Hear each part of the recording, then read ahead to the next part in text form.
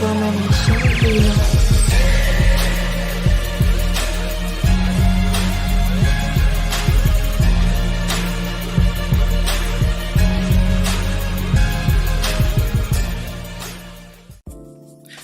Welcome back to the Team Nerd Herd podcast, where our best advice is if you want to do it right, collect what you like. Herd, we are super excited to bring you another Creator Spotlight interview, a segment we like to call, What If We Never Shut the F Up?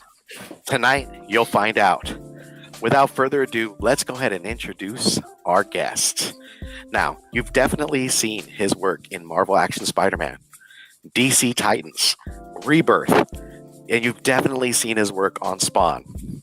Recently, you've seen Codex, Null on Venom titles, and he's recently been dubbed that 1 in 1,000 by boomstudios, Berserker. Boom. Team Nerd Herd, give a round of applause and a warm welcome to our friend, Jonboy Meyers. What's going on, Jonboy? Bring him in. Hey, what's going on? I feel like someone just poured a bucket of Gatorade on me. I'm like, well deserved though. It's a well deserved Gatorade. The NFL's theme song is gonna be like that. We need to give you a ring. I think Steve forgot. Like, you are one of the coolest like most swag artists there is. Like, you have the most. Yeah, I gotta say, you have a lot of swag, bro. I have zero swag. Ask my wife. It's like, no. So dumb. I'm like, you know what? Your significant other is there to make sure that you're humbled, right? Yeah, that's their job, to make sure that you're humbled. Yeah, I don't know. Like, you never want to get too high on the hog on yourself and drink your own Kool-Aid, because I've seen it happen with a lot of my friends where you get success really fast and it goes to your head and you just turn into a total a-hole, and you never want to do that, because there's so many guys out there who are so worthy of praise who aren't really getting it, and there's so much great competition out there. And the thing about comics these days is you're not up against just dudes, in the US. It's worldwide now, and the game out there worldwide is just like, it's amazing. People are crushing it, man. So for me, I'm super humble, super happy to get whatever jobs I can get. And I'm always just striving to try to do a good job, and just super happy that people like the work that I'm doing. So for the most part, I do occasionally troll the boards, and people say some pretty nasty stuff, man. I'm just like, man. Really? Yeah, it's like there's a lot of dicks out there. It's like, all right. Bro, we got your back, bro. Like, Sometimes people just want to be dicks, though. Yeah, but I think honestly, though, it's good to kind of read it and understand it and say, just kind of keep yourself real and grounded, because it's just like, every time you kind of get full of yourself, it's kind of nice to get a little deflated and get back down to earth, because I think doing great in comics is just constantly about producing, and putting out great work and trying not to bar for yourself. And so often, like, a lot of artists get wrapped up in comparison, and it's always an individual race that you're running. The competition you should be involved with is with yourself, not with other artists, because then it's just like, with me, I still beat myself up sometimes, where I'm comparing myself to like my heroes, and it just falls way short, and you're just like, oh. Well, and it's unfair too, because there's so many different styles of art. Yeah. And so many great artists out there. I look at people like I grew up with, like Byrne and Lee and that. You can't compare that to like your style or Cho or some of these other guys. Even like Temple Smith and stuff. It's not a fair fight. You know what I mean? And every style works differently for different things. Yeah, I think art is very much, it's not a one style fits all kind of thing. Art is comics are so diverse, and I think it's just a different flavor, you know what I mean? And usually, hopefully, those flavors fit the narrative of that book or the character, but it's always good to have stuff that's different out there, because your takeaway is always something that's going to be different. Having an artist like Mignola, who is very shape driven and a chiaroscuro with a lot of blacks in it and things like that, kind of like bring a whole different level to the way they tell stories versus somebody like Jim Lee, who's so up in your face. You know what I mean? It's but both masters at their craft. I think it's just their approach is different. And I think there's those takeaways are always kind of really nice things, kind of walk away from, So,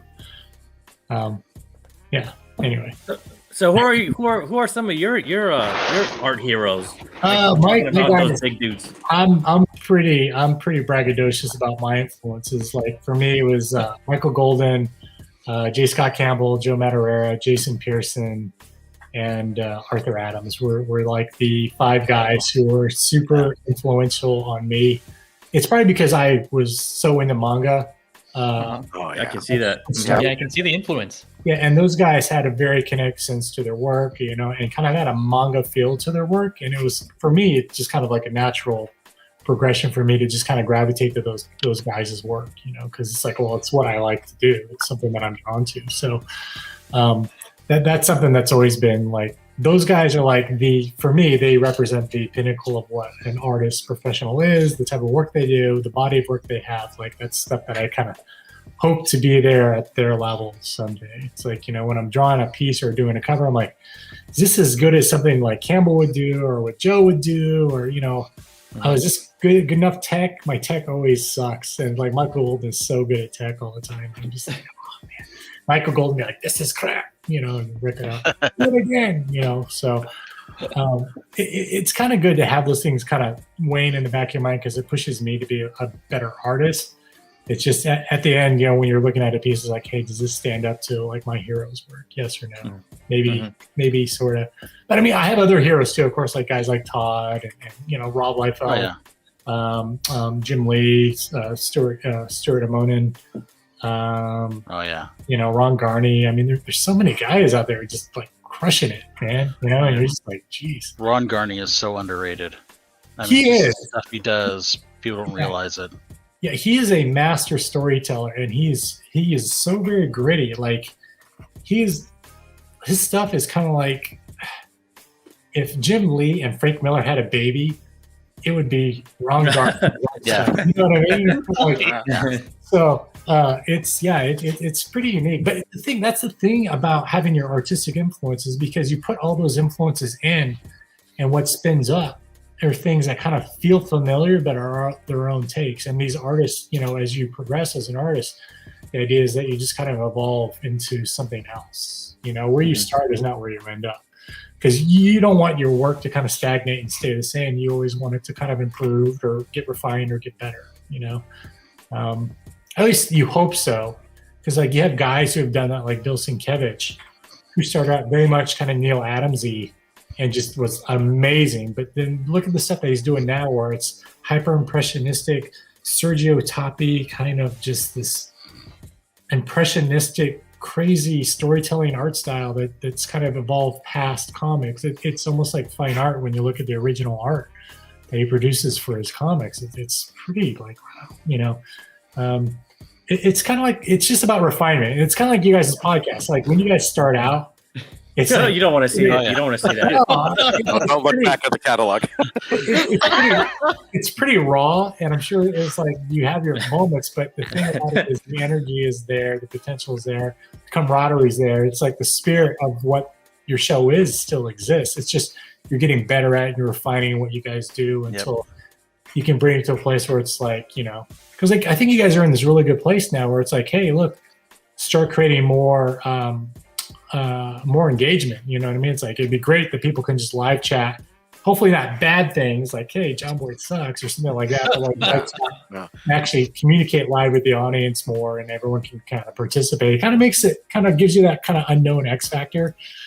It might not be always kid friendly though, so watch out. But, I don't think we're ever really kid friendly in this show. Right. I mean, every show I announce myself as the asshole of the group. So I know. I know assholes. I don't think you're an asshole. my idol is Wilson Fisk. Kingpin. He's an asshole when he needs to be, right? Because I'm a pretty cool dude. We're here to make money. Just just do what I tell you to do. It's okay. So, you got to do what you got to do. Ian would agree I'm an asshole. Yeah, sometimes. Hey, John, can I ask you? So we were talking about like sometimes where you start, you end up somewhere else, right? And you have a pretty cool origin going on? Like we talked in the back room, like you were in biology before. So this is what happens when you're growing up kind of like in the 80s and Me like too. art, like when you have your mom and dad don't really understand what you want because I always wanted to do comics and animation and they're like, yeah, that's nice. No, go and be a doctor, you know. That's right. So I it sounds like you had an Asian mom, man. I did have Like us. Yeah, like us. Yeah. Mine's Mexican. Yeah, but I mean, there's this intense pressure to succeed and to do something that is considered more reputable. They always thought I was going to starve, and to a certain extent, as a comic artist, there were times when I did starve. But yeah, I went to school. I graduated. Went to this place called Midland University in Fremont, Nebraska, and majored in criminal science. I wanted to be a forensic scientist. And that didn't quite work out because after I graduated, I wanted to get into animation and comic books. There you go. I realized very quickly, like I love doing this, but my passion is art. Because I took art classes while I was at school in college, and a lot of the art jobs that would come in, the art students would not actually get. They would actually give them to me. I'm just like, and my teacher was really cool about it because he'd just come in and be like, hey.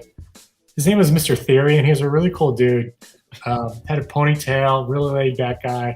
I think he smoked a lot of weed, but he was a super cool dude. He always come to me and say, hey, John Boy. I think I need to meet this guy.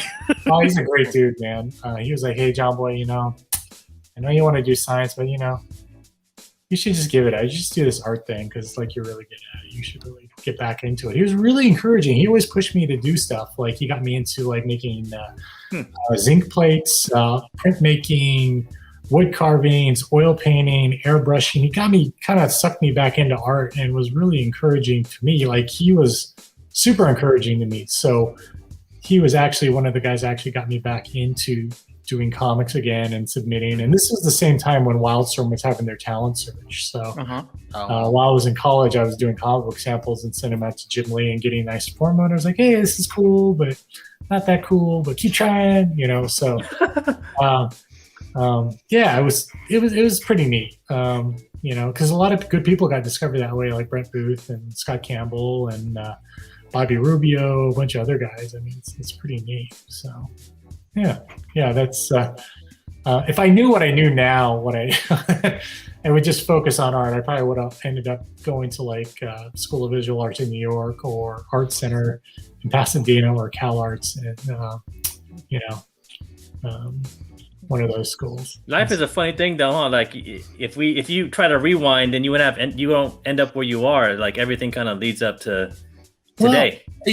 Well, there's two theories on that, right? So they say that they say if you're meant to be doing something, no matter what you do, you'll always end up back on that path regardless, whether it's early in life or later in life. It's just for me, I started my comics career rather late. It gave me hope because Kirby was 45 when he created the Fantastic Four with Stan. So I was like, okay, there's hope for me. But I just feel like I'm always playing catch up with my friends, because they're so much younger.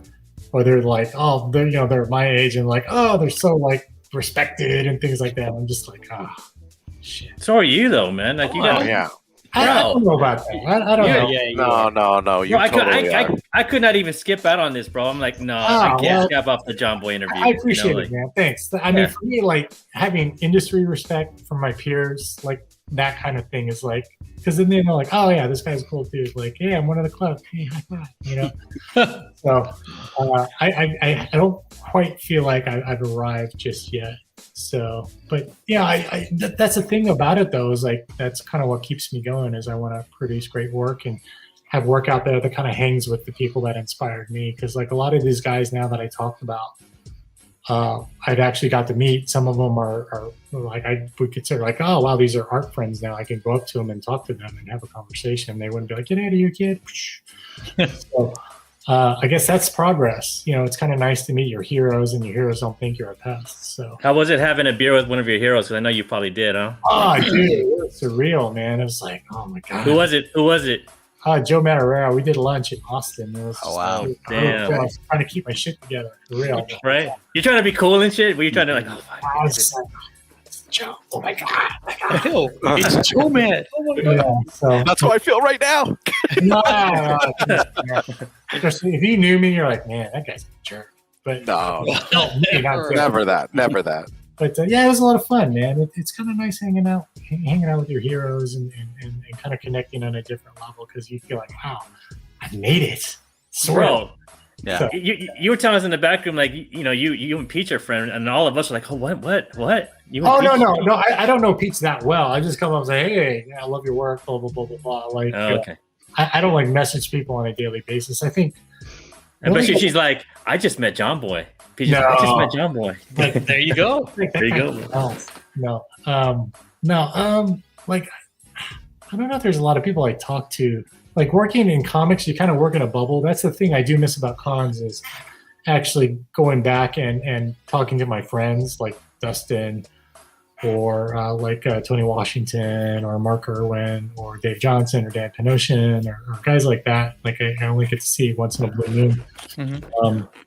But I mean, everyone's a phone call away, but it seems like no one likes to talk on the phone. So Everybody's texting. Yeah. Hey. I'm not a texter. I'm not really big on it, man. Yeah. That's not our generation. We were more to pick up the phone and talk, it's like, shoot the shit and everything. Like, I like to talk on the phone, but like for me, it's really hard to talk on the phone and draw. Sure. Because it's just like my brain has to be on art. I need my brain on this, especially when you're like under deadline or you're trying to get shit done, and you're like, well, I can't talk right now. It's like, I gotta call this guy later. I was like, dude, I text him, like, hey, I'll call you later. But Speaking of cons, though, you must have a blast like at New York Comic Con, because I know that place is just huge artist alley. I have more fun at San Diego, to be honest with you. Yeah. One for SDCC. Yeah, I love San Diego. Like New York, New York is very charming, and I like going. It's just, I just feel like New York is so spread out to me. It's so hard to get to and from my hotel to the con because I'm lugging all this crap, and it's just like, just miserable the whole time, man. So I prefer. I'm more of a West Coast guy anyway. I'm West Coast. So, not to hate on New York. New York is great. I think my preference of shows, it's always like San Diego because it's always seemed like to have a good time. Like I'll always end up like at a industry mixer talking to people and just catching up and bullshitting with folks. And it's probably once, like when the only time to actually get to talk face to face with some of my friends and actually get caught up. We pick up right where we leave our conversations from. Oh, that's awesome. This year, so it's just kind of nice to see everybody and talk. It's like, So do you have a con story for us? I do have a con story. Like, are we talking about beginning cons, like before I broke in? So Sure, yeah. So, like, there's only a couple of guys that I met in lines at shows. So this is back when I think Scott Lobdell was at his apex as far as writing, like Wildcats and X-Men and all this stuff. And Scott was a really, really nice guy because he would kind of creep around some of the artist alley lines, and he would look at people's samples while in line. And after we get our thrashing by showing samples, he'd pull me aside and said, hey, come back here at this time. So I was like, oh, okay, cool. I was like, oh, Scott Lobdell likes my samples. I was like, oh, yeah, I'm going to get X-Men work. That didn't happen, by the way. So let me keep going. So we come back all at a certain time, and it's me and these two other dudes. I was like, oh, hey, I recognize you because we were all standing in line, right? And I was like, oh, the other guy's like, hey, I'm Dustin. He's like, hey, I'm Dustin.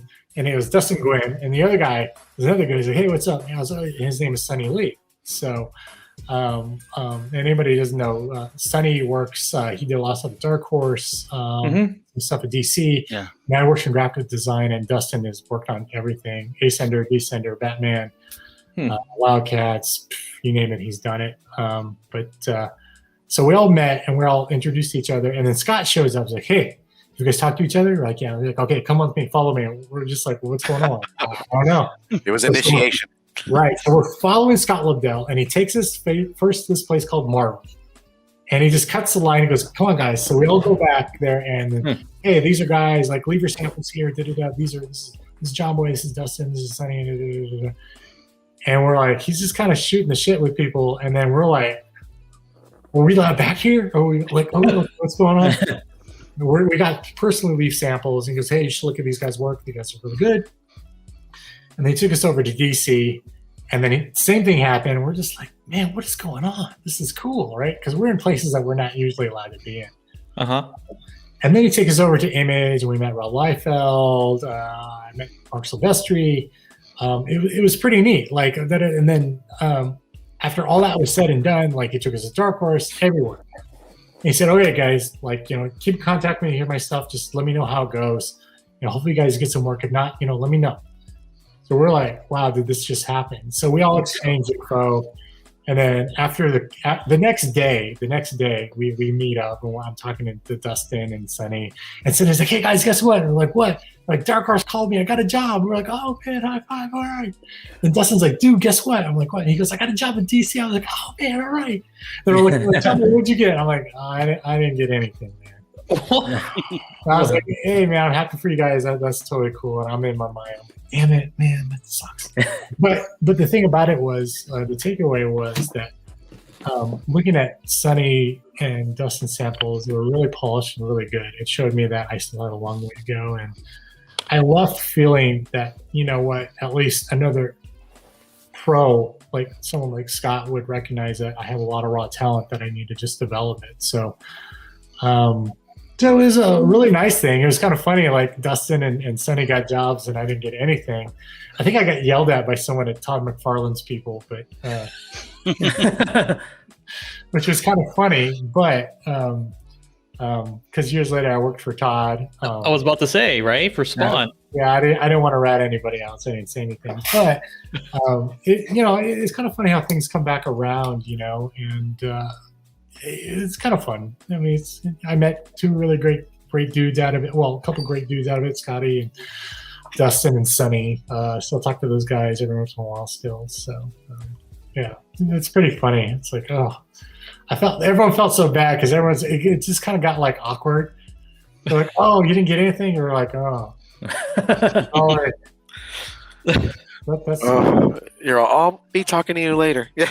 Like, all right, well, we gotta go. So that's cool, man. It's all good. I mean, hey, my story so far has been okay. So it worked out. It all worked out. I mean, well, you got to work with such an iconic character like Spawn. I mean, I know when I was 14, I was coming in to collecting comic books, and Image was probably my second. I had Marvel, some Jim Lee stuff, some Chris Claremont, but seeing Spawn in a different direction, Image coming out with several different titles. I mean, so to be able to work with that iconic character, it's like a part of the lineage. And I mean, we're heading down to what looks to be past 300, issues. I mean, how does that really feel to be a part of that lineage and part of that history with such a dynamic character like Spawn? I think it feels really good because the stuff that Paul Jenkins and myself worked on with Todd moving forward actually set the stage for what's happening in Spawn now, and bringing it out back was definitely the right call. It's kind of nice when you get a chance to work on these iconic characters. You really want to try to do a run or do a take on a character that's memorable, because you just don't want to be where it's just kind of like one and done, or kind of like, oh, well, he was here for half a second. Or some people say that I was there for half a second. I was like, dude, I did like 9 issues. So that's kind of that's a lot in comic book dome these days.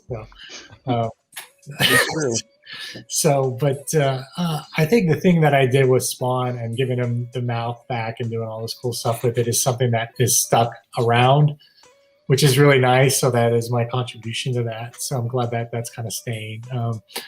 But I'm glad to see that research into that character. Because I personally have a big love for Spawn because he's an African-American character, and a lot of people are very quick to forget that. And somebody in New York, when we first launched, and they were talking about black characters in comics, and they were asking me, well, there's not a lot of black characters in comics. I'm like, well, Spawn is a black character that we're working on. Like, no, Spawn's not a black character. Yeah, he's an African-American man. People are like, he is? I'm like, yeah. Hey. But he wears a mask all the time and he's all burnt up. You don't know. So for us, for me, it was so important, because cultural identity is a really big deal for me. And I'm like, hey, if we were going to do this and bring out back, he's got to be can't be burnt up like a weenie no more. He's got to be this good-looking African-American dude walking around, not hiding his face in an alley anymore. He's not scared of anybody. His face is in the light. He's like, here I am, come get me, you know, like whatever. And that stuck. So that's after 300 issues, that's a real big progression for that character. And also we killed Wanda too. So we're kind of making those stories more about Al and his journey instead of Al protecting his wife. You know, it's, you know, you want to see progression in those characters, and doing that, it kind of frees them up for all these other narratives because there's not something that's tying them down anymore. It's more about his story and his progression as a character now. Like, it's kind of like, dude, it's over, move on, and he's finally move on. So, well, you know what I mean, where you've been there and you're pining over a girl and your friend's like, dude, just, and then after a while you've moved on, you're like, oh my god, I feel so much better now. Like, I'm free.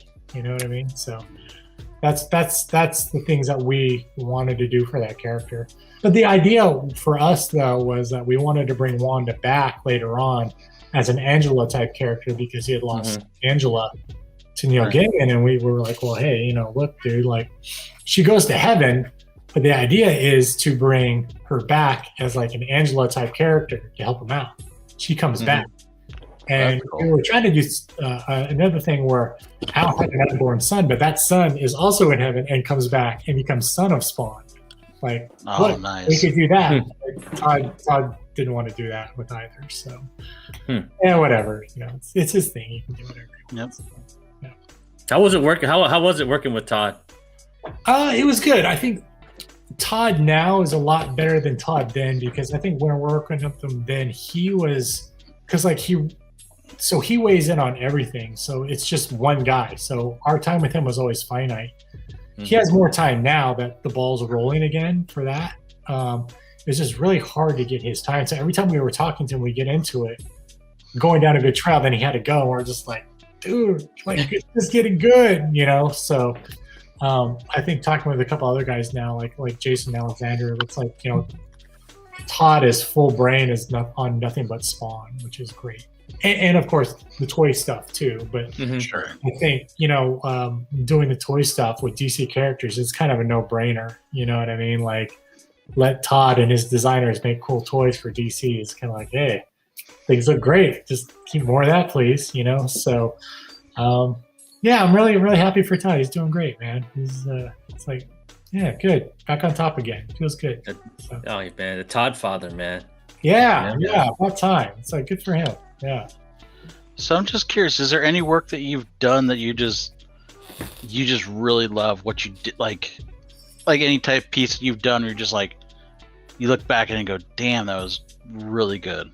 I think our early issues of Spawn were really, really good because those are a lot more personal stories. All those stories were individual stories, and they were designed to be self-contained stories that actually filled itself to a larger narrative because we were trying to build it out. So I'm really proud about the stories that we did on those. And then I think my design work that I did on Teen Titans and revamping that was something I was really proud of. Right. One day I hope I can go back and actually do a proper run on Teen Titans, you know, and do those characters right and do them justice. So I think, and then I'm always proud of the design work I do. There's a lot of work that goes into me doing character designs, and I think even my designs on the Inhumans Royals, I really try to do something that felt alien, regal, and different. Right. And those designs, I felt like we're like, hey, look, like if you guys did a movie of this, you can take these designs and do something along those lines and make it feel unique. But I think they're back wearing costumes and superhero suits again, which is kind of disappointing. It's like, yeah, I think they are. Yeah, it's kind of like, okay. Well, I think they've kind of given up on Inhumans for a little while. Now that they've got the X-Men back in the Marvel MCU universe. Well, I think they're going to tie the Inhumans to the Eternals a little bit. So possibly. I wouldn't count it out just yet. So there's a lot of meat on that bone still. I think the TV show did not do anybody any favors as badly. Yeah, forget the TV show, please. Nah. Oh gosh, it was so. Yeah, my wife liked it. I think if you go in with no framing behind who they are and the grandeur of what they are, I think it's a little easier. But I think when you think of Inhumans, there's got to be a sense of opulence and grandeur because they're a royal family. You know what I mean? And all the sets and the costumes and everything, it really lacked that sense of scale and regalness. You know, because when you go to Asgard and Thor and you see everything and everything is opulent and splendor, that's the Inhumans. Humans is twice as grand as that. There's a sense of grandeur and wonder. And I think that design sense was really lacking on the show. When you don't have those narratives, visual narratives to put you in those types of, to put you in that mindset, sometimes it's kind of lost on you. It's like, well, are they or are they like royalty? Because royalty looks like you're kind of like at a summer house at your brother's condo kind of deal. You know what I mean? So, you know, you're kind of, and I don't want to do any disservice. No, I think I'm doing disservice to people working on the show. I think you work with what you've got on those budgets, but I think, you know, the smarter thing would have been to do Inhumans on a scale where it's one or two characters on the run trying to save their race who've been enslaved on the moon or done something else and grow it that way instead of trying to introduce these characters all at once and you're just kind of like, you know, you got to spoon feed people a little bit, you know. You can also tell that they knew that it was an overwhelming task. They tried to split them up, and when you take Medusa and shave her head and you separate her from Black Bolt and then try to do everyone separately, it was just really hard because you miss the dynamics and you miss the how they are together, because her hair is half her, to me, is half her speaking parts. You know what I mean? It's like that. Yeah. The thing about it is, when I say heavy lifting, you're right. There has to be more narrative front end loading about who she is as a character and why her hair is so much a part of her. Because if you take it away too soon in the show, it's like people don't feel the impact. Like, well, it's just hair. Get over it. It grow back. It grow back. But it's just like, to her, it's something more. But if you don't spend that time on that narrative, really building that out, that's what makes her her, or she feels that makes her her. Then that's you know what I'm saying? Because then it's like Doctor Strange and his cape. Yeah, man. It's like, well, there's a reason why that cape's so important to him, but you build that narrative with him and you understand that. If you just got the cape and then the cape saves him, you're just like, well, who gives a shit about that? It's like, it's all about the cape, right? I mean, he has to go out on a Saturday night just picking up on islands.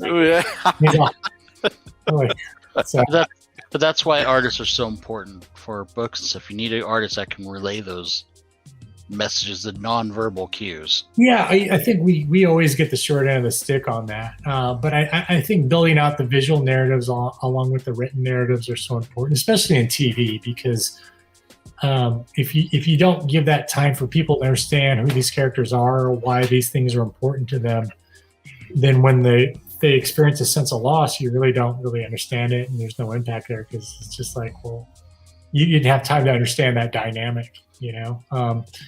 This is why it's so important to build your narratives out when you're trying to hook an audience. I mean, you know, however you decide to hook them in, because like I think take for example Berserker, your action right away. This whole story is like this guy just tearing through stuff, and you're like, what the hell is going on? And then you're spoon-fed little tidbits that this guy's been around for a very long time. He's working for the government because he wants to know something about himself, mainly probably how to die. You know, that's what I was thinking too. Yeah, that's better read it. That's what sucks you in, and it's just like, okay, cool.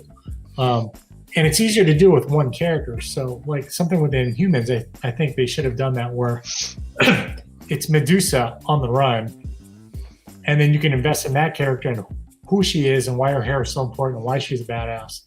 And then you expand out to this whole other world of who the Inhumans are. Like, you know, she has to get help from somebody or somebody else. You know what I mean? It's like, I think it makes perfect sense. Yeah, it keeps the world a little smaller in the sense where you can get to know these people on a much smaller scale. Because it's like, I think that's what was counter, as great as the Snyder Cut is, you know, they didn't have a lot of front end loading with characters like the Flash and Aquaman and Wonder Woman or Cyborg. So you had to do that front end of loading during the movie. But if those characters, like the Marvel method, where they got just a Cap movie, so you knew who Cap was and you're invested in that character. So then you interact with these other characters, you're all on board. You know who every character is, what they're about. It takes more time to do that. Once you jam them all together, you don't know who any of these jerk-offs are. You're like, okay, well. Yeah. Why aren't you writing all of this stuff and submitting it to Kevin Feige or? Oh no, like Feige, like the Marvel movies work so well because it's a small network of like 4 or 5 guys who are responsible for those movies. But it's those 4 or 5 guys get it. They develop those movies, whereas Warner, it's more of executives making those decisions. This is why you got the Whedon cut and we didn't get the Snyder cut. The Snyder cut was supposed to be 2 movies, right? So the thing about it was when they see something, most executives think in terms of dollars of what people want.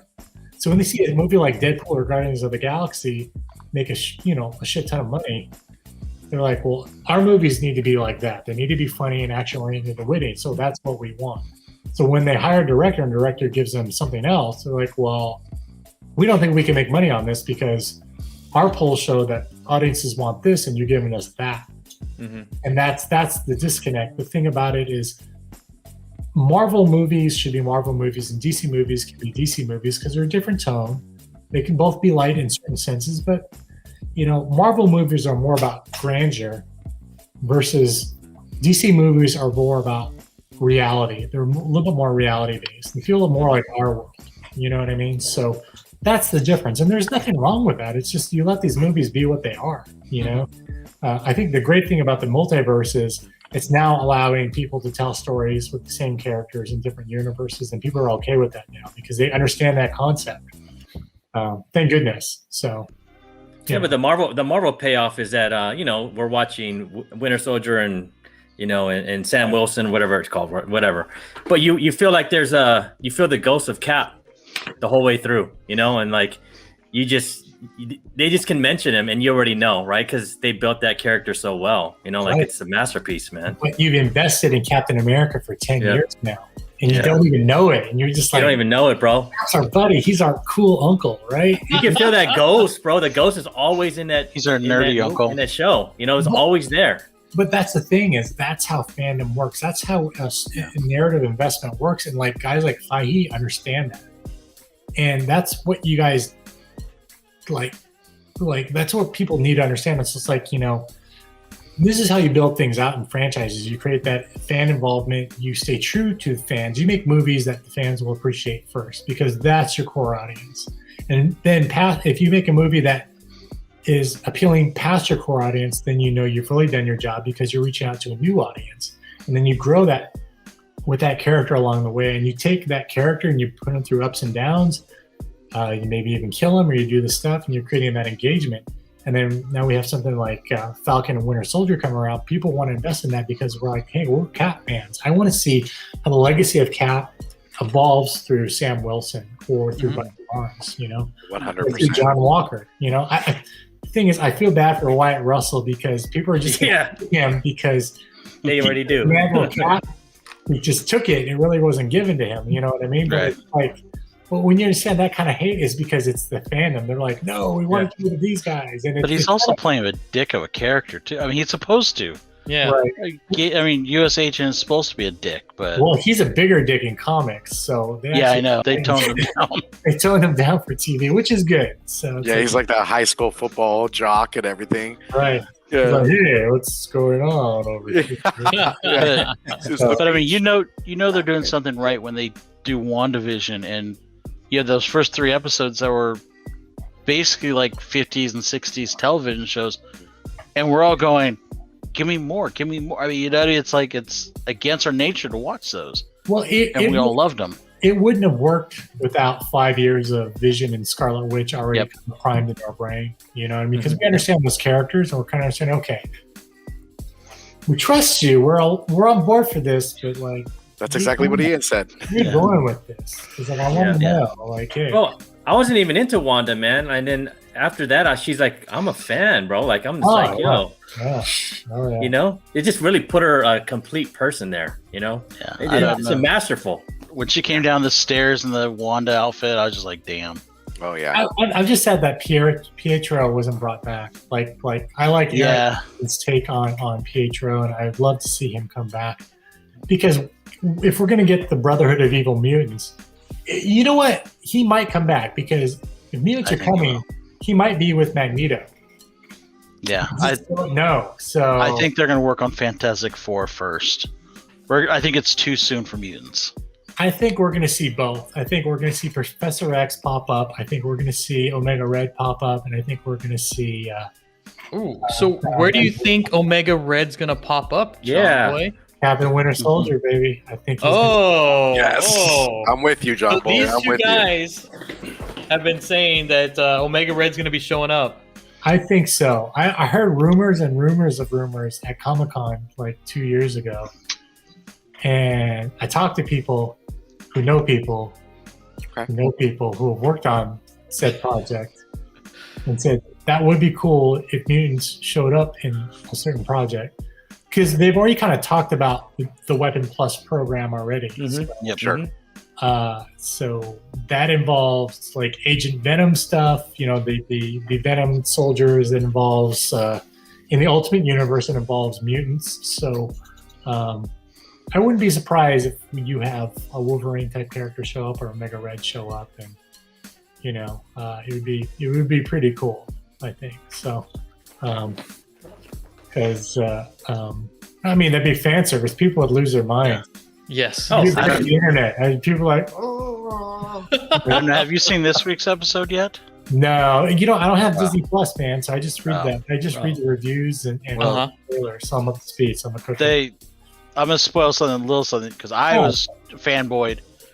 Zemo finally, you see him with the fur collar, and he finally puts on the mask in this week's episode, and I was just like, I didn't think they'd ever do that, and I just kind of fanboyed out when they did that finally. Literally, you're like. This third episode, man, I was up like at 5 o'clock in the morning, and towards the end, I was like, oh my god. I still need to see Godzilla and King Kong, man. So I need to watch that too. It's fun. It's entertaining. That's cool. Yeah, I'm excited to see it. I'm excited to watch it. So kind of since we're on the topic of like comic book shows, have you seen Invincible yet? That's good. Yeah, I love Invincible. It's great. I just watched episode 4 tonight. Sick, huh? Yeah. It's freaking good, man. I love it. I gotta watch it. I gotta say, the comic book is better, but because they're kind of jumping ahead a little bit. Like going to Mars doesn't happen until like I think issue 10 or something like that. But I'm okay with it. I think it was issue 10. So I've never ever picked up an Invincible book at all, other than the free Comic Book Day book. Oh, it's great. Yeah, after watching the show, I'm like, oh my god, and now I see how much they are, and I'm like, oh my god. Just pick up the trades. Do the trades, like you can get the omnibus, or the new Comic Book Day one. The new Comic Book Day one. No, but you get the whole series. I would do the trades. That way, it's just like, hey, you know, there's $15. Like, you don't like it, like, whatever, it's $15. But you can take it with you everywhere and read it. I would recommend doing the trade of the first 2 trades. Really good stuff, like spoilers, like the big reveal. What can I read? Well, I mean, go for it. Come on, I'm still interested. Omni-Man is secretly a sleeper agent for an invading army of Viltrumites. So I figured as much. And it rocks everyone's worlds. Like, whoa! They kind of gave it away in the first episode, right? Like there's something going on. Well, that happens at issue 1. That happens at the end of issue 1 or issue 2, where he kills all of them. So that was crazy, bro. I was like, damn. My kid was all watching, and he's like, Halloween. Like, what? I mean, they just banished Damien Darkblood, so sent him back to hell. I was like, that's good stuff. So, poor guy. I just can't wait to see what happens next, because I'm like, again, no history of the comic books or anything like that, and I'm like, what heroes are left? I mean, all of the powerhouses are gone. Well, and you have like the Teen Titans that we are now know the of. Justice League. Well, You know? well, like robots up to something, right? So Yep. Yeah. just wait and see. Just watch. There are a lot of good powerhouses. Mark being one of them. So as his powers grow, he's going to be able to take on his dad. Just be prepared for a lot of blood and gore. Yeah, Comic. I got yeah, it was- ruined on the. I heard about the thing that happens to Invincible later on. Oh, where he gets raped. Yeah. Yeah, that's What? pretty bad. Oh, I saw yeah. that. I saw that in the app when I was looking through books today. I was like, oh, what is this What happened? book? No, He got, yeah, You already said it. Just what happened? he Yeah, got raped. He Yeah. got what? Raped He Oh gets my raped. god. He gets by raped a woman. by a female Viltrumite who's looking to get his seed to have stronger children. So it's like, oh. But I mean, Wow. so I don't know if Yeah. they're going to address that in the show or not. So it should. It's Amazon, man. You know, Well, the thing about that is what's good about streaming is, you know, you don't have people regulating what you can put on your content other than yourself. So things like The Boys and Game of Thrones and things like that can exist now because you can actually tell these stories. Because back then, something like The Boys, people were like, Oh, yeah. why would you do that? You know, Like, I remember when the Especially the boys first came out. episode. yeah, first episode, it's pretty crazy. Yeah, you're like, Well, I mean, whoa. you never read The Boys, Steve, where I think it was the third issue, because it was originally put out by DC. In the third issue, they go and investigate like the Teen Titans, and one of the guys is dead. And they see something moving in his pants. They open up his pants, and a gerbil comes out. And DC's like, "We're done." And so it went to Dynamite. Just peace. Yeah. On that note, though, I'm just curious: is there any books that you read? Like, is there anything you enjoy to read out there? Yeah, I'm reading the new Detective Comics. I can't remember the writer who's writing it, but Dan Moore is drawing it. And then James Tynion and Ray Jimenez and his Batman is always really good. And then there's a book I just picked up right now. It's called Brigada, which is pretty amazing. That looks Wow. cool. Such awesome. a great book. Yeah, Enrique Fernandez, Spanish artist, does this. But I bought this through his Kickstarter. Well, it's the European version of Kickstarter. Uh-huh. But I think Magnetic Press has this available, so if you want it, you can buy it. Nice. Oh, Yeah, we were talking about your cover for I think it's 108 for Oh, Batman Batman. coming up. Yeah, That's yeah. a beautiful Oh, cover. man. I Miracle mean, Lonzo Molly. showed it to us, and I was just like, "Damn!" I Yeah, love man. it.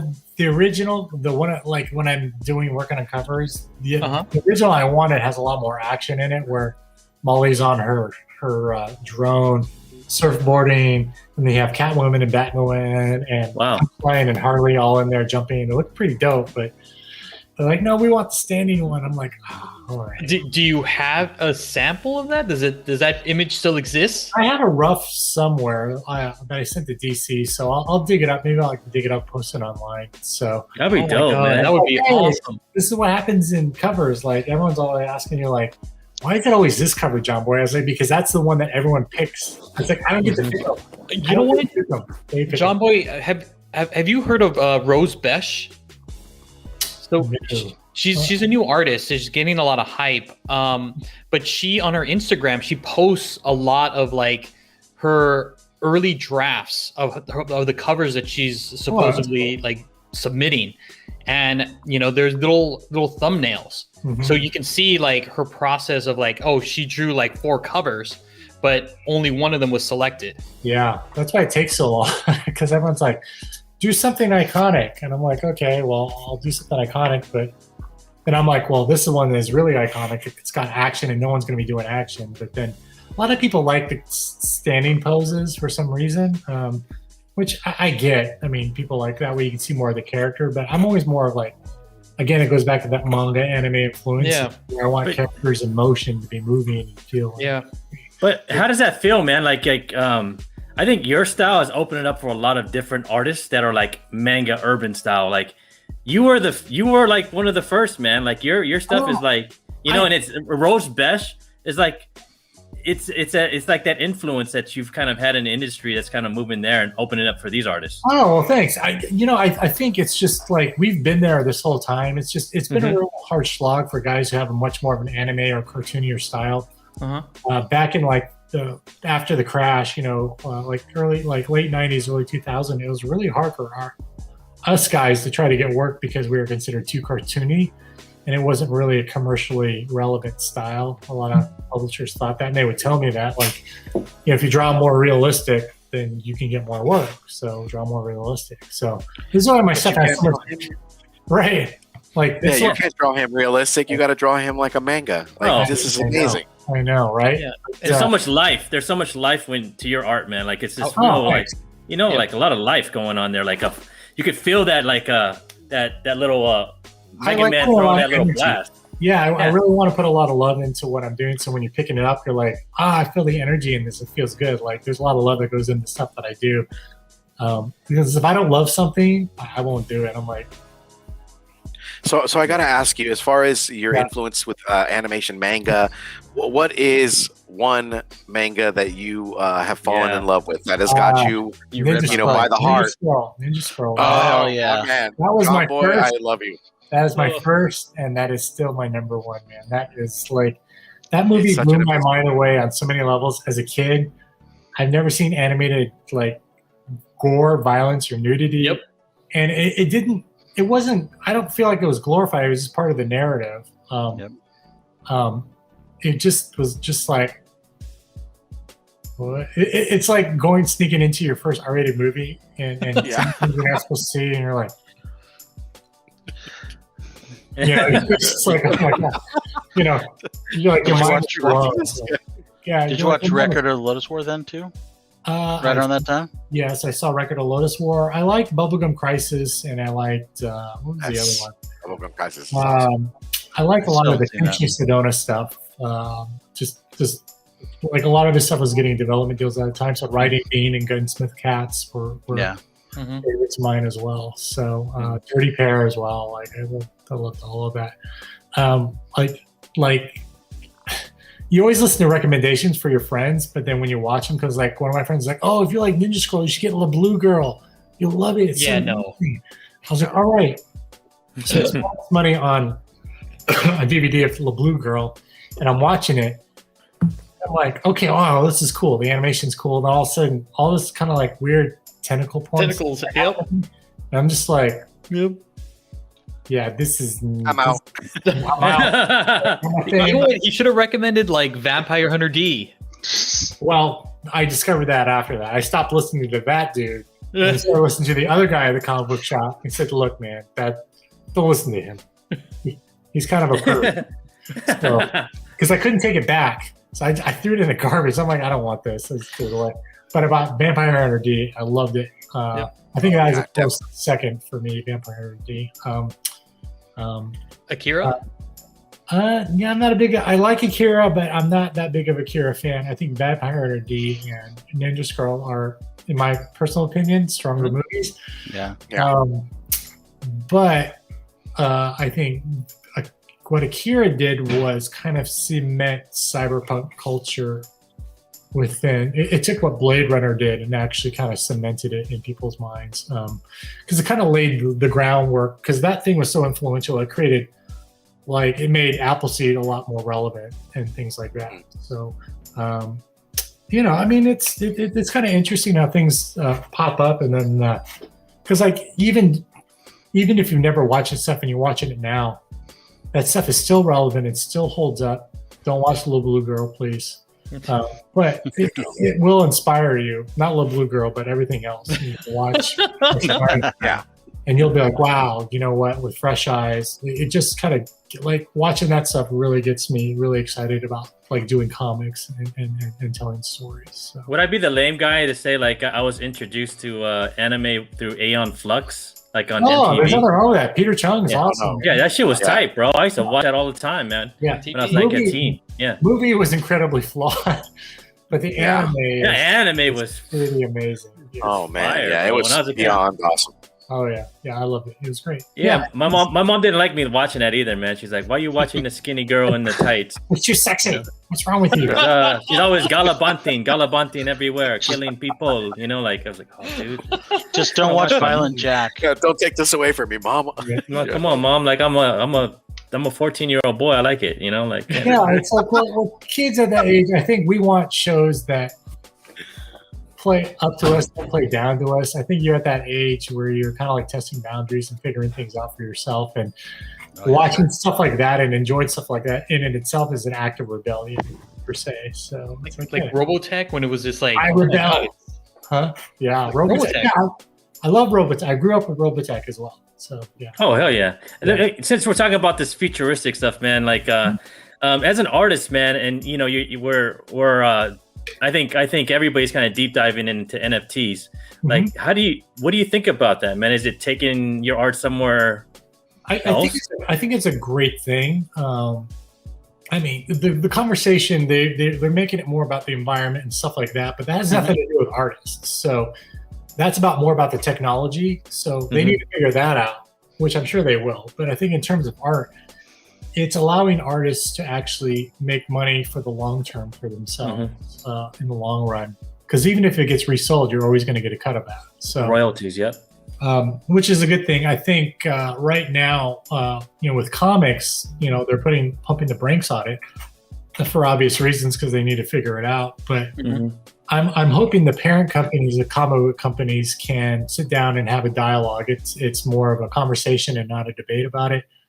I feel like, and my personal feeling is, the original art that we create, any art that is created for publishing or print, should be considered original art, whether it's digital or physical product. Because right now, if we create art as a physical product, we are allowed to sell that on the market.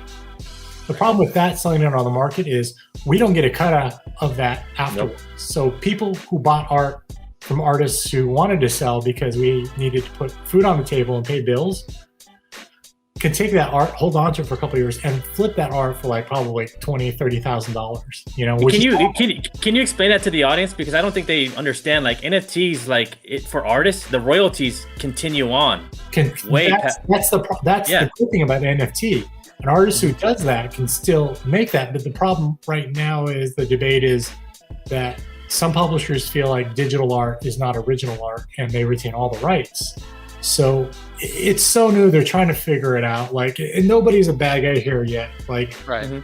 There should be conversations about this. The thing is, publishing companies are owned by big, mega, corporate companies. So they decide what is going to happen or not. So, but personally, I think the precedent's already been set, because as artists, we need to set that precedence by saying any art that is created for print or publishing, whether it be digital or original, is considered original art. And we're allowed to sell our original art as a one-off and retain the rights. This is not adding an animation to it, making it move or music, just the image itself. We are allowed to sell a digital image of that as a one-off, because that is considered original art as well. Like, it should be the same purview. I feel like that is where it will probably go. But we kind of want to wait and see how the dust settles, because you don't want to be the guy to do it and then cause an uproar, because you don't want to piss off the publishers. You don't want to piss off their parent companies. There should be a discussion. Yeah. About it is if that right is taken away from digital artists, then you're saying people who create physical art have more rights than guys who create digital art, which is discriminatory, because it's still used to produce a final end product. So the litigation itself on that, individually would bankrupt an artist, but collectively it would not. You know what I mean? So you're in the thick of it, right? You're in the thick of it in Silicon Valley, man. I bet it's like a very big discussion there, right? It's more for us artists, because we want to make money. Right now, right? Because the thing about comics is, comics are there's much more demand on the art, so it takes longer for the art to be produced because people are more sophisticated these days. So, and people are publishing less, so there's less work to go around. But if we're able to create a piece of art and for print, and then turn around and resell that, and then the original piece, and then the original physical tangible art, and then sell that as a digital art piece as well, helps us to kind of like keep the lights on and put food on the table. Don't do a disservice to the people who help you build your IPs and make you guys billions of dollars. Don't do that. And how would that work with like a commission too? Because I know like he's got Frank Cho piece up there. If he sold Frank Cho sold to him, it's his. Well, the thing about it is with NFTs you have to prove authorship. Yep. Right. So it's written in the smart contract. Everyone knows that Zoe is trying to pass off Frank Cho as his own, right? We all know that. Right. Come on. Well, no, I meant like, let's say I commission you to do a Star Wars piece for me. Right. You then go, okay, here's your Star piece. Now I'm going to make an NFT of that. Yes. Could the publishers theoretically stop you from doing that? Well, so again, it's getting wiggy. No, it's complicated, right? So everyone's trying to weigh in on this, but the thing is that's still fan art because you can do this at shows and people make prints of it and sell it at shows. And it's part of that fan engagement because you can't put a price tag on what fan engagement creates because the person who buys that bootleg Star Wars print will turn around and buy $200 worth of Star Wars toys and $300 worth of Star Wars sheets and go out and watch the movies and then buy the DVDs and buy the Blu-rays. Do you understand what I'm saying? Oh, no, I understand. If you take that away, you can piss off a lot of people. And it's just is it worth that? Because they make billions of dollars already at licensing. It's just like, okay, well, at some point they're going to have to address it because it is a very slippery slope, but there has to be some sort of standard built around that. I think it's safe to say that you shouldn't make an NFT. If something exists in print from a publisher and you can sell the original art, then you should be allowed to make an NFT because that's pretty clear. Right. Like you're a working professional. This is something done that's already done in another medium. You can take that and pipe that down into the digital medium, right? I think when you're creating fan art, it's a little more sticky because if you're creating fan art of, like, say, naked Luke Skywalker doing unheard of things to droids as an NFT on a larger scale, that is kind of hurting the brand. It can be looked at as hurting the brand. Man, there goes my commission. Yeah, right. So there are specific rules that need to be kind of figured out. This is why this should be a topic of discussion. Yeah. And I don't know if they're reaching out and talking to talent. I think they're working the legals out first to say, can we just hold this and make money off of this? Or are we going to get people going to fight us on this and we're going to have to give this up? Or what's the leeway? I've been thinking about that too, man. I think I've been thinking about the talent because I'm a pretty much, me and Nick are the technology guys here. Right. And I've been thinking about that a lot, man. I'm thinking like you guys should actually create a union and write your own stuff. You know what I'm saying? The bad part about if you don't know artists very well, then, because as soon as you do that, there's artists will stab other artists in the back because it's all about getting work. Oh, yeah. You're up against guys who are living in different countries. The economy's different. These guys, 100 US would actually go a long way to change. This is life-changing money in some countries. So, so you have to understand there's always going to be another artist who's going to come in and take your place. So if you say, no, I'm not doing that, fine, they're not going to get you, but they're going to get somebody else who could do it similar as you, faster than you, or cheaper than you. So there's always somebody who's going to be there to fill that void or throw it in. I'll do it. Screw that guy.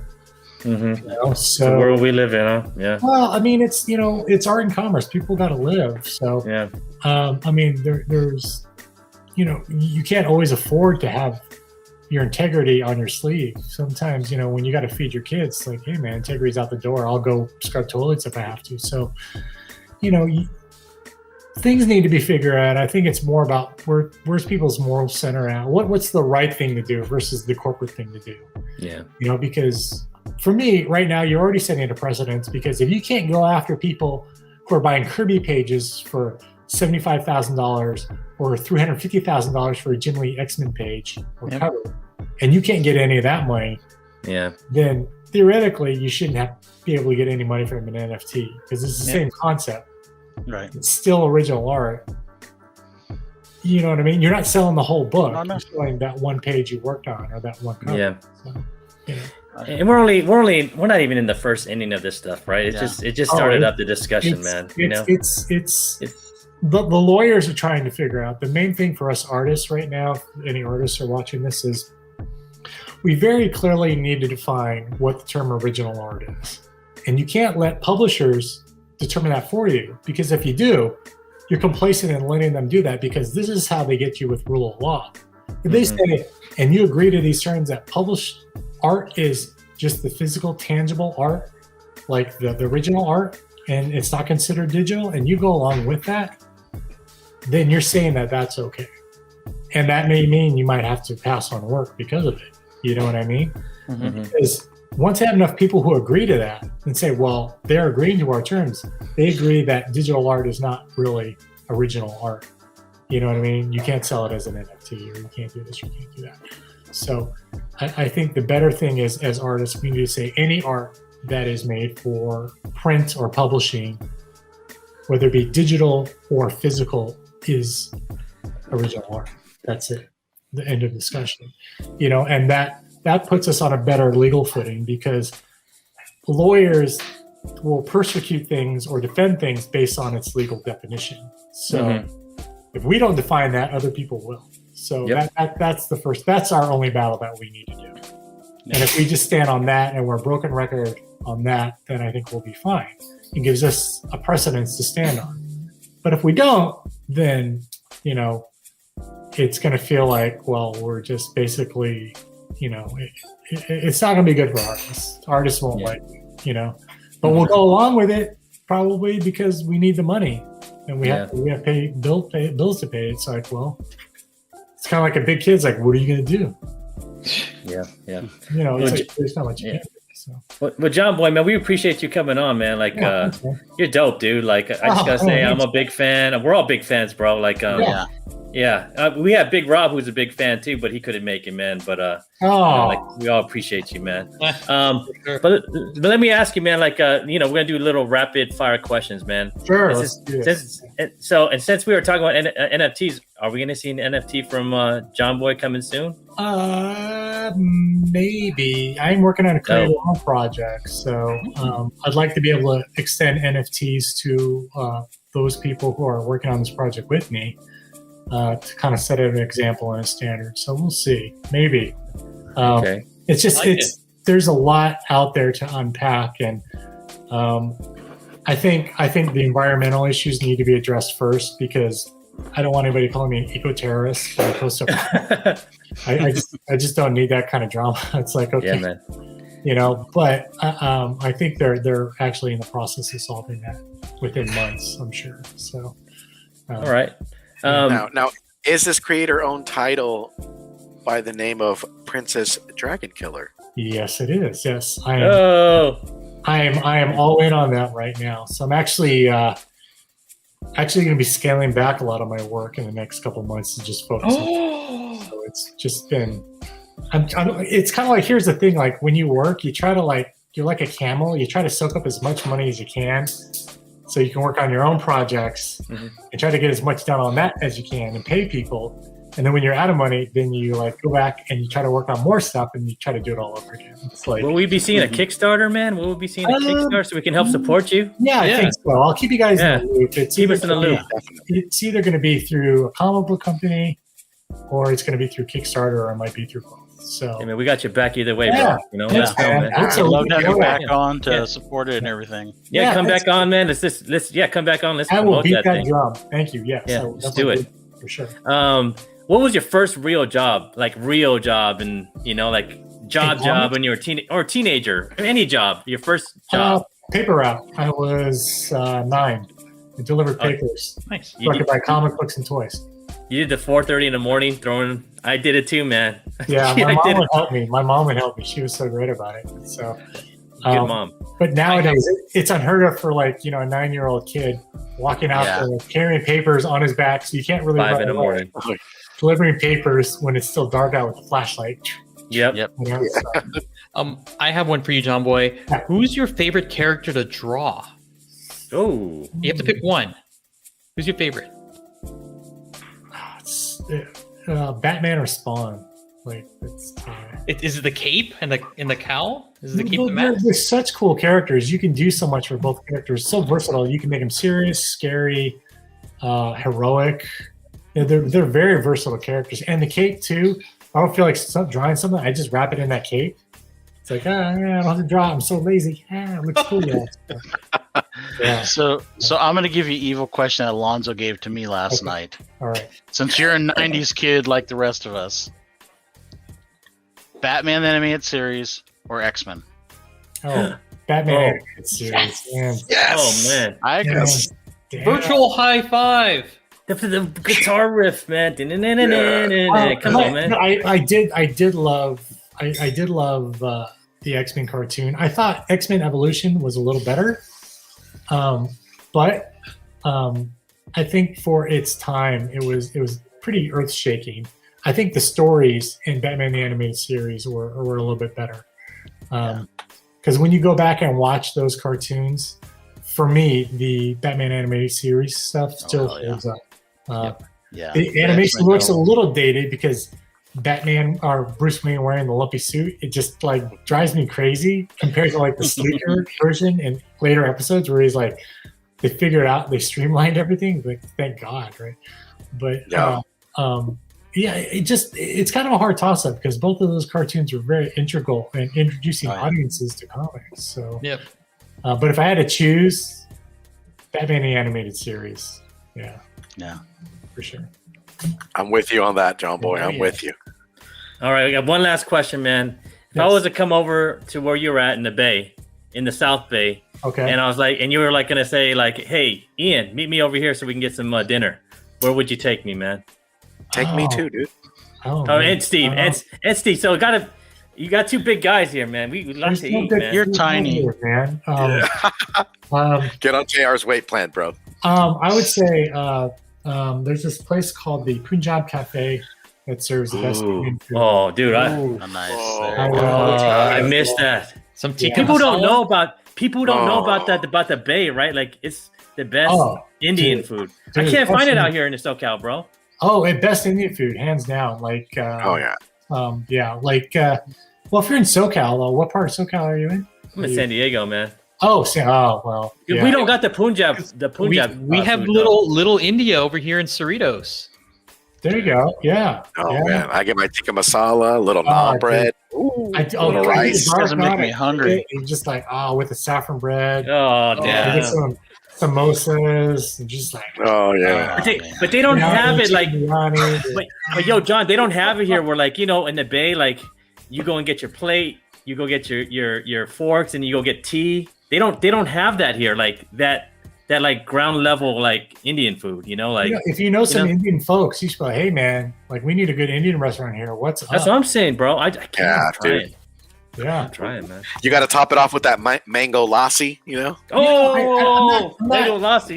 I'm not too big on the toppings because like for me it's always about the curries because I dip with the curries, man, because I'll clean my plate with naan and soak up all the curry and just I got me hungry. Yeah, it's so good. Yeah, I might have to get that tonight. Killing me.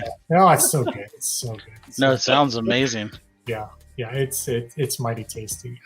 It's spicy though too. So I think hotter the better.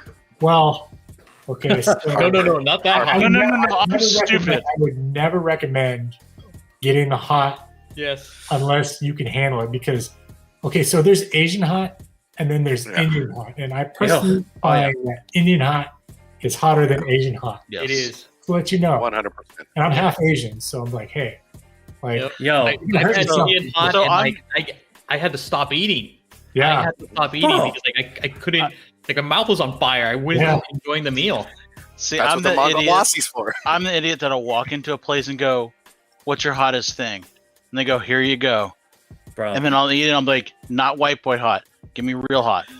I mean, I want the hot stuff that you give to people that aren't white. Because I grew up in the Bay, man. I grew up in Oakland. I used to go to San Francisco all the time because my brothers and I had family left there. We go to like these Indian restaurants, and I would rate it by like if I walked in there and I wasn't sweating already because the spices, It wasn't. I was like, no, I got to go somewhere else. Right. You know what I'm saying? Mm. Yeah. This is not what I'm. I need that spicy. I need to get the little water under my eyes right here. Yep. You know what I'm saying? Well, yeah, you need to start like, ooh. Yeah. Like, whoo. I was watching Top Chef last night, and one of the people was making something with peppers and stuff, and it was gassing out the other people. They're going. I mean, it's so spicy just from the cooking of it. I was like, that's about where it needs to be. I mean, the one guy was Indian. He's like, you're fucking with me, and I'm Indian, dude. I'm crying here because of how hot it is. It's good, but I would recommend, like, if you're coming to South Bay and you're going to eat Indian food, I would just say get mild, start with mild, and work your way out. Because, like, if you get a mild, like, okay, that was good. Now I'm gonna get medium, then I'm gonna get hot, and then you can try it out for yourself. Because the thing about it is the food is so good, you don't want to be where it's too hot where you can't even appreciate it or enjoy it. Right. Yep.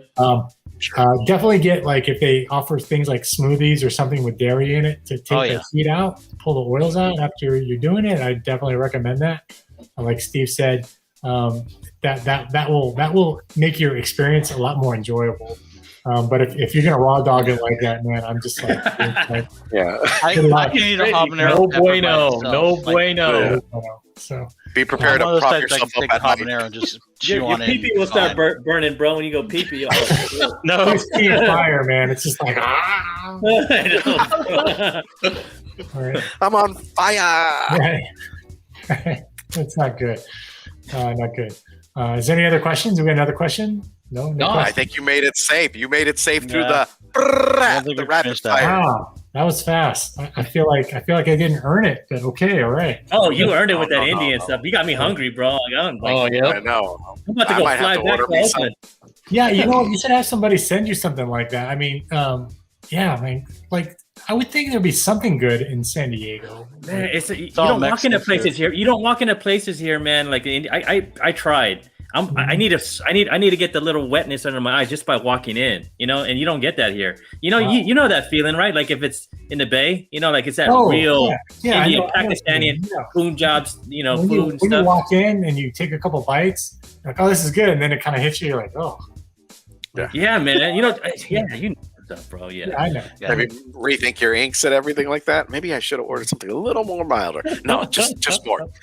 Just keep going. Push it through. You always go with mild. Always go with mild, especially if it's a new experience. That way you can enjoy it, especially if you're on a date too, man. Because like if it's too hot, it may run through you, and you might be in the bathroom, like. Or she may be in the bathroom, like, oh Yeah. man. It might be a long game Polly. Don't ruin your date like that. You don't want to be like that guy crapped his pants the whole time. I think just you want to go with something that's a little safe and experience it, because like eating food, there's something magical about it. It's just it's so good. It's so many spices. Yeah, it's so good, and you want to be able to experience that and enjoy it. Man, if I have a good Indian meal, like you're bringing me back, bro, to my Bay days. Like you feel like you're permeating like this glow, right? After a good Indian meal, I right? just feel like I'm satisfied. Like, I'm like, yeah, it's good. So Yeah. good. Yeah. Makes you happy, for sure. Good food will do that, though. Like, good Asian food will do that. I think good food in general, but like in San Diego, some of the best Mexican food I've had is in San Diego. Oh, hands down. Hands and down. like, I've been to Texas and had Tex-Mex, and I'm telling you, Tex-Mex is not the same as Mexican No, or it is Hispanic. It's not the same. It is not the same. I don't think it is. But both are great. Both are great. So. No, man, when you come down here and it's Comic-Con, we'll hook up. I'll take you to this place, man. I always tell all the guests, Quatros Milpas, bro, over here in San Diego. I'm down. It's 5 minutes from the convention center, and no one ever goes there. Really? Because the place is packed all the time. Every time we go, we're always trying to get like reservations. Like we usually end up at well, it's in a little different area, not in the gas lamp. or something like that. There's no area called Barrio Logan, which is like the next neighborhood over from downtown. Oh wow! South. Yeah, man, we'll take you, bro. On us. Cool. I'm in. Let me know. Oh, yeah, like definitely. next year for sure, right? Yep. Let's line us up. 2022. Are you doing convention and are you going to do Thanksgiving? Are you going to do No. I'm gonna try to. You're not going, Alonzo? No. I'm going. I don't My know. birthday's right around then, so I'm like, whatever. It's Thanksgiving. For me, it's like it's about family, and this is gonna be the first Thanksgiving in like No. a year where I can hug my family members and like You spend hope that you time can. with them. But you're gonna be going to Walmart and Target anyway. I'd rather go to Comic-Con, bro. You know. Yeah, well, I think we haven't seen like my wife's family in like almost 2 years, or a year and a half. It's been a solid year. If we're gonna do that, then I probably want to see them, make sure they're doing okay, because it's like talking over the phone or Skype is just not the same thing. I think I'm with Alonzo, man. I probably want to spend time with family if we're gonna do it, because See, none of you guys have a birthday around Thanksgiving. no. Because if you have a birthday around Thanksgiving like I do, I fucking hate Thanksgiving. Because Why? my You birthday get gets, food and gifts, man. Asshole. but it's not my dinner that I get to choose. I have to have a turkey dinner. So my birthday, I want my meal. You can say, "Hey, look, just pick me up a side of ribs on top of it." You know what I mean, or something. Because like, there's always compromise. I would say, what? You said the magic word. You should tell people, Jared, just say, "Hey, look, I'm gonna tell you what I want.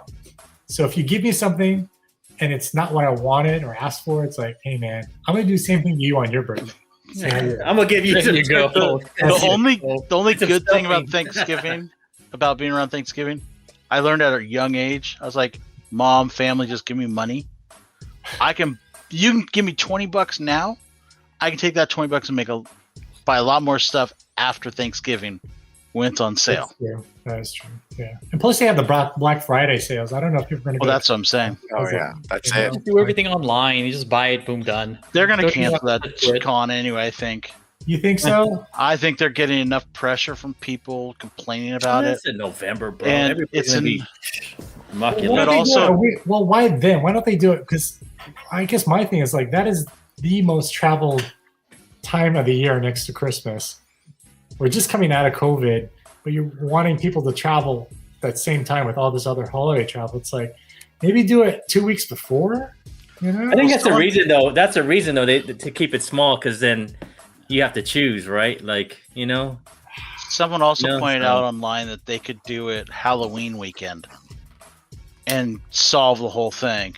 And everyone I would be think- wearing masks. That would be great. Like, hey, wear a No. mask. that would be cool. Yeah, that would make Yeah. some more sense, right? Come on, Comic Con, you hearing us right now, right? John Boy's saying John Boy's on his head. Let's do it. No. Just He kidding. wants to keep his tickets for Comic Con. Like, what under my table? Like, what?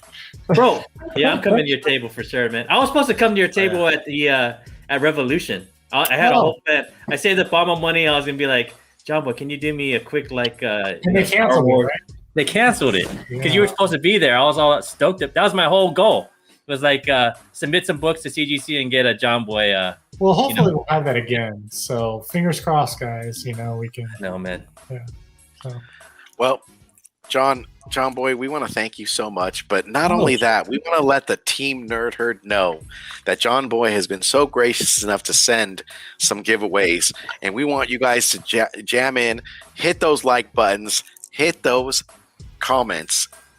And we at the Team Nerd Herd podcast will be picking 2 winners for 2 Jonboy Meyers. Not just 2. There's a lot Uh-oh. more to come Uh-oh. by. Uh-oh. There's a lot Let's more see to 'em. come by, guys. Let me go ahead and just work the drum roll, please. And that's just not the only thing that we have. We White got Widow, nice. White Widow. If you're a Street Fighter lover like I am, Oh, nice. Swimsuit Cammy. issue. very nice. You got your virus signed, y'all. Oh Snake my Eye. god, look at this, Snake Eyes. You might guys, have if you to pry guys that out of do Rob's not, hands. you're gonna have to pry it off my hands. Because guess Oh what? my god. Look at this. It's Hey. just getting better, guys. Oh. We are just getting started, guys. Last but certainly not least. Oh, is we that got my these girl new punchline? Joker covers. That is your girl punchline. Oh man. I'm gonna leave So- a comment. Nice. Oh yeah. Yeah. So, Man, I guys- even hooked you guys up, man. She's like, we're gonna send a bunch of swag their way. I was like, cool. Do it. John That's Boy, right thank on. you so much. Definitely, thank you. guys, hit the like. Definitely drop a comment. We will revisit. We will spin the wheel of fun. And 1 lucky winner, 2 lucky winners, a whole lot of lucky winners are going to get these down the line. So definitely Winner, hit those chicken dinner. notification bells. Yeah. Hit those notification bells most definitely. But John Boy, thank you so much for being here with us. We greatly appreciate it. And we'd love to have you come back on in future projects. Thank you so much. Much Yeah, respect. guys, Steve, Alonzo, Your Ian, JR, thank you guys for having me. It's been a blast. You guys are great to hang with. We need to do this again. Definitely. It's too bad we weren't recording all that other stuff. Yeah. Going off all these tangents, but yeah, I'd love to be back. If you guys would have me, I'd love to come back and For sure. get to breeze with you guys. Always. Comics. Talk about everything that's awesome under the sun. Oh, for sure. There we go. Right. Thank you, John. We appreciate you, man. No problem. Thanks for having me. See you guys. Have a good one, sir. Take it easy. Thank you very much.